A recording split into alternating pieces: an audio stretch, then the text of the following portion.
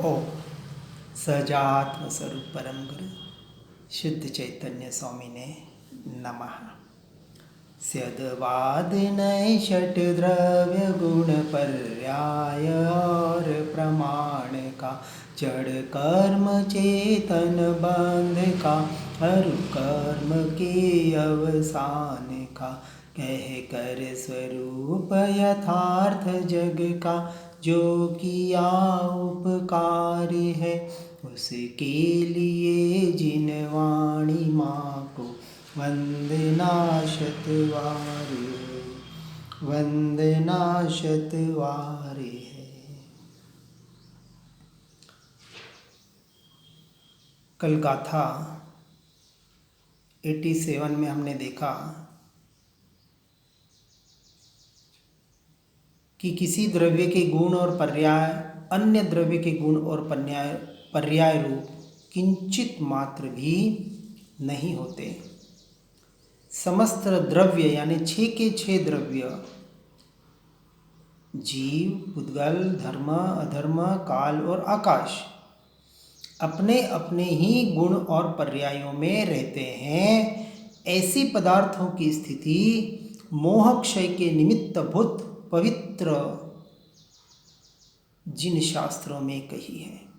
अब इस प्रकार मोह क्षय के उपायभूत जिनेश्वर के उपदेश की प्राप्ति होने पर भी पुरुषार्थ अर्थ क्रियाकारी है, इसलिए पुरुषार्थ कहते हैं। सब कुछ यथास्थिति है, फिर भी प्रयोजनभूत क्रिया का करने वाला यानी सर्व दुख परिमोक्ष का ऐसा अर्थ क्रियाकारी पुरुषार्थ है।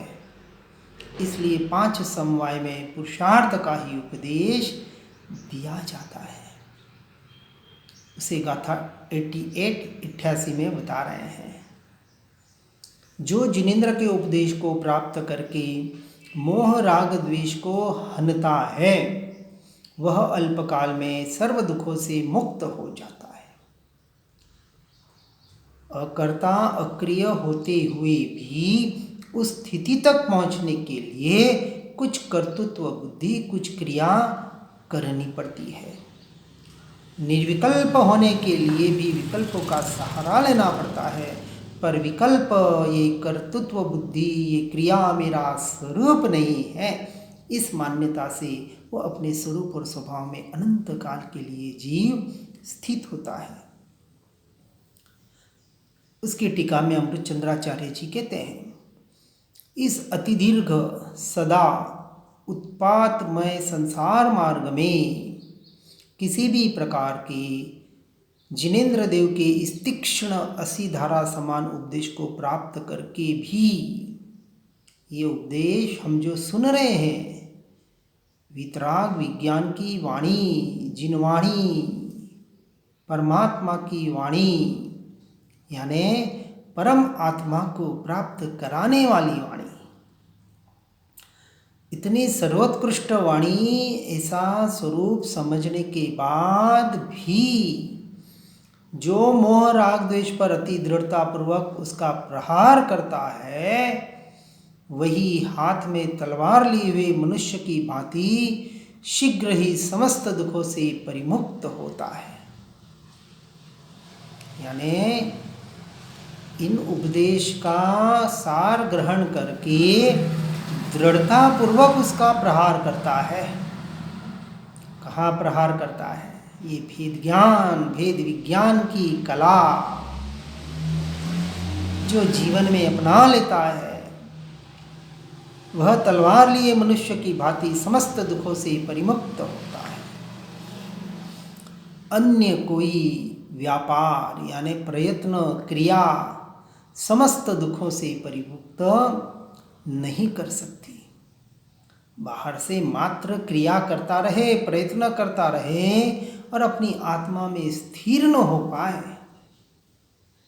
भेद विज्ञान की कला से, आस्ति नास्ति से, फिर नास्ति से ये मैं नहीं, ये मैं नहीं, ये मैं नहीं, यह भी विचार छूट जाए, एकमात्र जहाँ मैं ही मैं रह जाए, मात्र स्वयं का अस्तित्व रह जाए।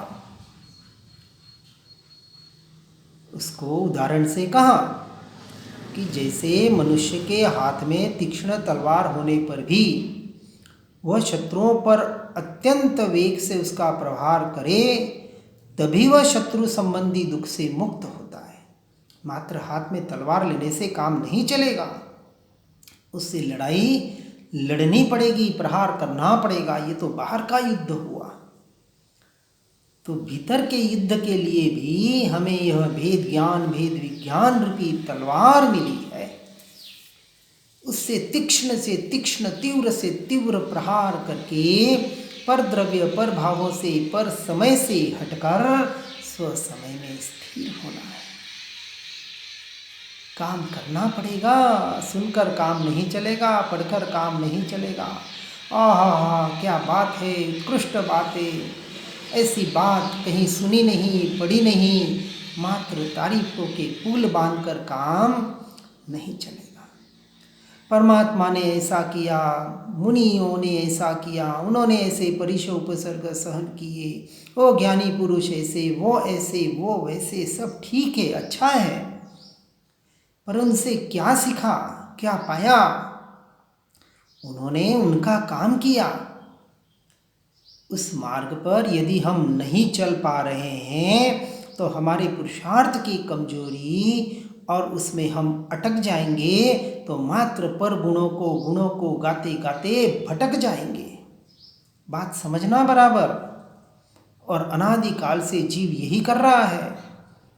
जहाँ प्रहार करना था वहाँ प्रहार नहीं कर पा रहा है। भेद छेद करी आत्मा अरहंत रूपी था।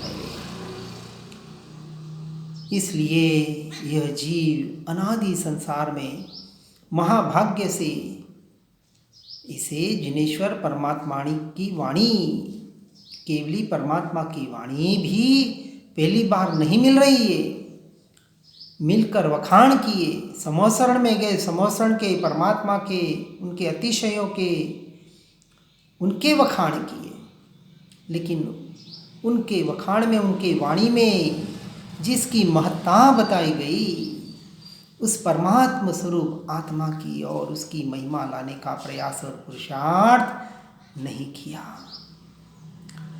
इसलिए यह परमात्मा की उद्देश्य रूपी तीक्ष्ण तलवार को प्राप्त करके भी जो जीव मोह, राग, द्वेष रूपी शत्रुओं पर अति दृढ़तापूर्वक निश्चय, निर्णय पूर्वक प्रहार नहीं करेगा तो कैसे दुखों से मुक्त होगा? और प्रहार करेगा तो, और प्रहार का मतलब ये तो एक सारे शब्दों का परिणमन है, कुछ नहीं करना है।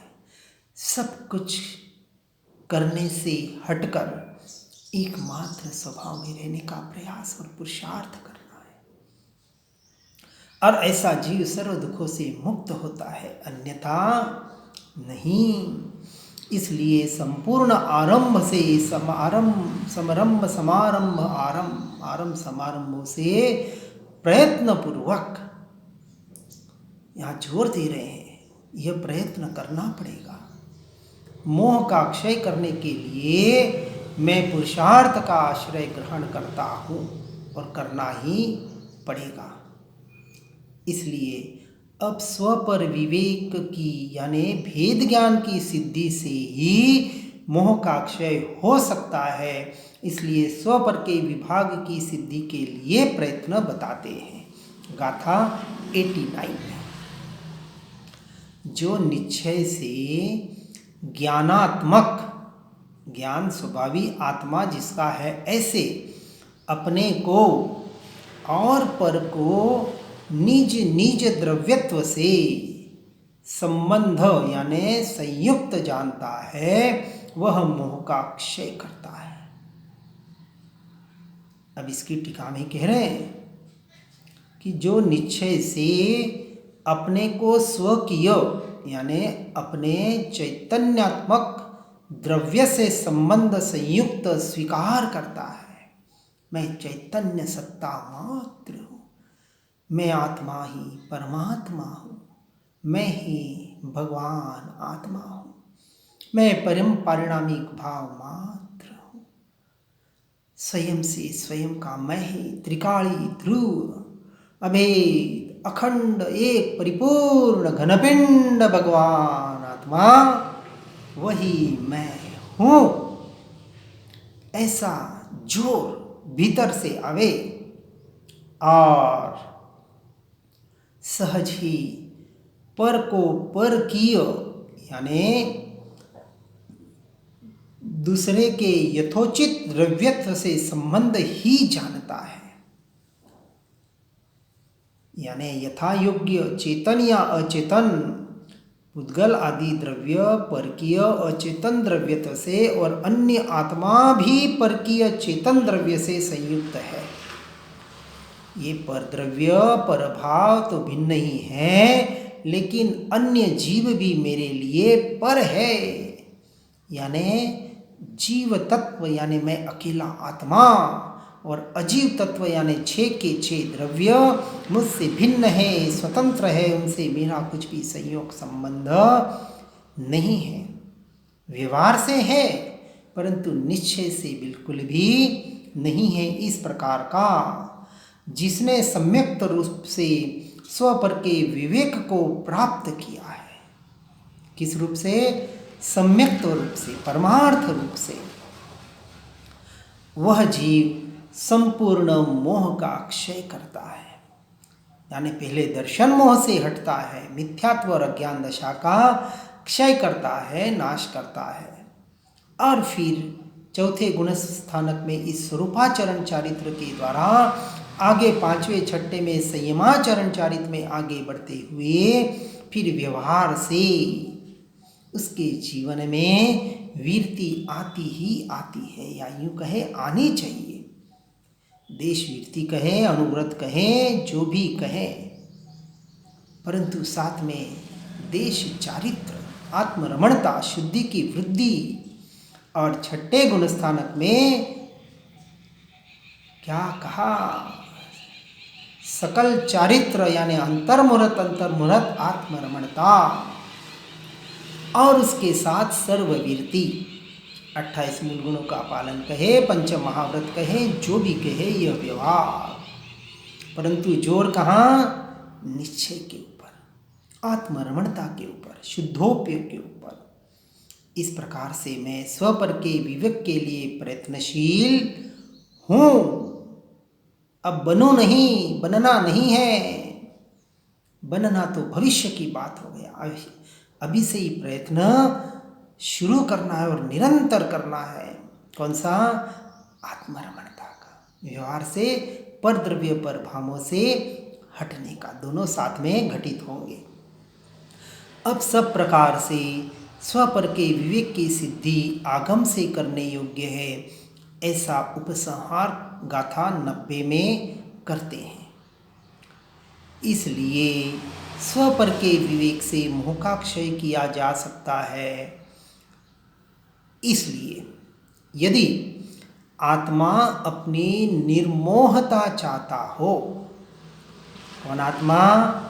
मैं, यदि मैं निर्मोह बनना चाहता हूँ, जिनके भाव हैं, जिन्हें मोक्ष चाहिए, जिन्हें मुक्ति चाहिए, उन्हें निर्मोही बनना पड़ेगा, और जिन्हें निर्मोही बनना पड़ेगा उनको स्वपर प्रकाश का वास्तविक अपने जीवन में अनुभव करना पड़ेगा। और ऐसे जिन मार्ग से गुणों के द्वारा द्रव्यों में स्व और पर को जानो, अर्थात जिनागम के द्वारा विशेष गुणों से ऐसा विवेक करो कि अनंत द्रव्यों में से यह स्व है और यह पर है। और जब तक पर समय स्व समय की वास्तविक पहचान नहीं होगी, जीव आगे नहीं बढ़ पाएगा। अब टीका में कहते हैं कि मोह का क्षय करने के लिए प्रवण बुद्धि वाले बुद्धजन, कौन से?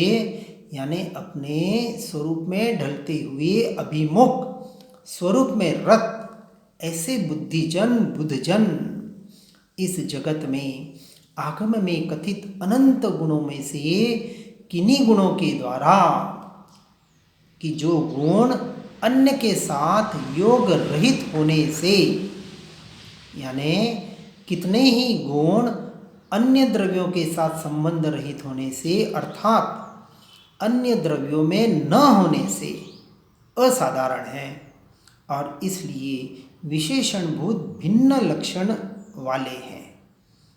उसके द्वारा द्रव्यों की भिन्नता निश्चित की जा सकती है, जैसे ज्ञान, दर्शन, चारित्र, सुख, वीर्य। यह आत्मा के मेरे गुण हैं, मेरे लक्षण हैं, और शब्द, रस, रूप, गंध, वर्ण आदि पुद्गल के लक्षण है, पुद्गल के का स्वरूप है। एक द्रव्य के स्वरूप में दूसरे स्वरूप द्रव्य के स्वरूप का अंश मात्र भी लेना देना नहीं है। इस प्रकार की संपूर्णतः भिन्नता, इस तरह से विशेषत्व को प्राप्त हुए हैं, उनके द्वारा अनंत द्रव्य परंपरा में स्वपर के विवेक को प्राप्त करो। यानी परद्रव्य परभावों से हटना है, लेकिन मेरे से ही उत्पन्न होने वाली यह पर्याय जो क्षणिक है, अपेक्षा से मुझसे भिन्न है, कथनचित भिन्न और कथनचित अभिन्न। मैं तो मुझ में ही हूँ, अभी हूँ, इसी क्षण। और जो इसी क्षण स्वीकार कर लेता है वो उसी समय में अपने में होता है। इसलिए मोह का क्षय करने के इच्छुक पंडित जन आगम कथित अनंत गुणों में से असाधारण और भिन्न लक्षण भूत गुणों के द्वारा अनंत द्रव्य परंपरा में यह स्वद्रव्य है और यह प्रद्रव्य है, ऐसा विवेक करते हैं। और ज्ञानी पुरुष, महात्मा, भावलिंगी संत उसी का उपदेश देते हैं। और उसमें कहते हैं कि सत और अकारण होने से, सत यानी जो अस्तित्व वाला है, सतरूप है, जो सत्ता स्वरूप है, और अकारण है यानी जिसका कोई कारण न हो, ऐसा अहेतुक, बिना हेतु वाला, जो अपने से अपने में है, बस है सो है, ऐसा चैतन्य सत और अहेतुक होने से स्वयं ही स्वयं से स्वयं में स्वयं सिद्ध है। ऐसा कौन? ऐसा मैं, भगवान, आत्मा। ऐसा स्वतः सिद्ध, अंतर्मुख और बहिर्मुख प्रकाश वाला होने से, यानी पर प्रकाशक भी है, ऐसा स्वपर का ज्ञायक, ऐसा जो यह मेरे साथ संबंध वाला मेरा चैतन्य है। अब यहाँ बाहर के कोई सगे संबंधियों की बात नहीं हो रही है। स्वपर प्रकाशक ऐसे संबंध वाला मेरा चैतन्य है, और उसके द्वारा जो चैतन्य यानी समान जातीय अथवा असमान जातीय अन्य द्रव्य को छोड़कर मेरे आत्मा में ही वर्तता है, जो मुझसे मुझ में ही वर्तन कर रहा है, उसके द्वारा मैं अपने आत्मा को यानी अपने स्वयं को सकल त्रिकाल में यानी पूर्ण समस्त निरवशेष, क्योंकि आत्मा यानी कि मैं कोई काल को बाकी रखे बिना संपूर्ण तीनों काल में ध्रुव ध्रुव और ध्रुव ही रहता हूँ। ऐसा ध्रुव तत्व, ध्रुव द्रव्य वही मैं हूँ, बस हूँ। ये मैं कहते ये दृष्टि भीतर जाए बस, और कुछ नहीं करना है, अपने अस्तित्व का स्वीकार हो जाए। ऐसा सकल त्रिकाल में ध्रुवत्व का धारक द्रव्य स्वयं हूँ। इस प्रकार पृथक रूप से वर्तमान स्वलक्षणों के द्वारा जो अन्य द्रव्यों को छोड़कर, अब वहाँ अन्य द्रव्य पर दृष्टि नहीं है, वह अपने स्वयं के द्रव्य में वर्तन करता है, और उनके द्वारा आकाश, धर्म, अधर्म, काल, पुद्गल और अन्य आत्मा को यानी अन्य जीवों को भी सकल त्रिकाल में ध्रुवत्व धारक द्रव्य के रूप में निश्चित करता हूँ। यानी पर को पर और स्व को स्व निश्चित करके जैसे चैतन्य लक्षण के द्वारा आत्मा को स्वयं को ध्रुव द्रव्य के रूप में जाना, उसी प्रकार अवगाह हेतुत्व, गति हेतुत्व इत्यादि लक्षणों से जो कि स्वलक्ष्यभूत द्रव्य के अतिरिक्त अन्य द्रव्यों में नहीं पाए जाते, उनके द्वारा यह जो अन्य द्रव्य है और अन्य द्रव्य भी यानी आकाश, धर्मास्तिका इत्यादि को भिन्न भिन्न ध्रुव द्रव्यों के रूप में जानता हूँ। क्योंकि परद्रव्य प्रभाव जानने में आएंगे, केवल ज्ञान में भी लोकालोक जानने में आता है, परंतु वहाँ एक समय के लिए भी उपयोग नहीं है। तो जानने में नहीं आएगा ऐसी बात मत समझना, जानने में आते हुए भी वहाँ दृष्टि का विषय ज्ञायक भाव यानी स्वयं का ध्रुव तत्व ही रहता है, ऐसा स्वपर प्रकाशक स्वभाव। इसलिए वहाँ टंकोत्कीर्ण निर्णय है कि मैं आकाश नहीं हूँ, मैं धर्म नहीं हूँ, मैं अधर्म नहीं हूँ, मैं काल नहीं हूँ, मैं पुद्गल नहीं हूँ और मैं अन्य जीव रूप भी आत्मांतर भी नहीं हूँ। यह विचार नहीं करना पड़ता, वहाँ टंकोत्कीर्ण निर्णय में है, वहाँ प्रतीति में है। क्योंकि मकान के एक कमरे में जलाए गए अनेक दीपकों के प्रकाशों की भांति, जैसे किसी एक कमरे में अनेक दीपक जलाए जाए तो स्थूल दृष्टि से देखने पर उनका प्रकाश एक दूसरे में मिला हुआ मालूम होता है। चाहे दीपक जलाए चाहे बल्ब जलाए, 10 लाइटें जलाए तो एक एक प्रकाश तो एक जैसा मालूम होता है, किंतु सूक्ष्म दृष्टि से विचार पूर्वक देखने पर वे सब प्रकाश भिन्न भिन्न है। क्योंकि एक एक लाइट को, एक एक दीपक को कम करेंगे, हटाते जाएंगे, बुझाते जाएंगे तो प्रकाश कम होते जाएगा, तो वो देखने में आता है कि प्रकाश भिन्न ही था। इस प्रकार से जीवादिक अनेक द्रव्य एक ही क्षेत्र में रहते हैं, फिर भी सूक्ष्म दृष्टि से देखने पर वह सब भिन्न भिन्न ही है, एक में नहीं हो जाते। और ऐसी जिनकी भ्रांति निकल जाती है वह अपने स्वद्रव्य में अनंत काल के लिए लीन हो जाते हैं।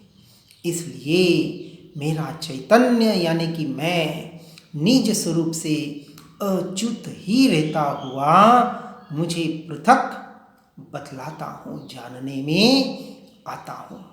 इस प्रकार से हर जीव सुनकर समझकर अपने परिणामों को, अपने परिणमन को परद्रव्य पर भावों से हटाकर संपूर्णतः निवृत्ति लेकर सर्वसंग परित्याग करके सत्संगियों के संग एकांत स्थानों में जाकर ऐसे द्रव्य क्षेत्र काल भाव से अपने परिणामों को सुधारने का प्रयास और पुरुषार्थ करे। इसी भावना के साथ ओम नमः सिद्धम। जिन वाणी के ज्ञान से हो सम्यक श्रद्धा, हो चारित्र महान और पाओ पद निर्वाण। निज निधि निज में बताए यह अनंत उपकार है, उसके लिए जिन वाणी माँ को वंदना शतवार है, वंदना शतवार।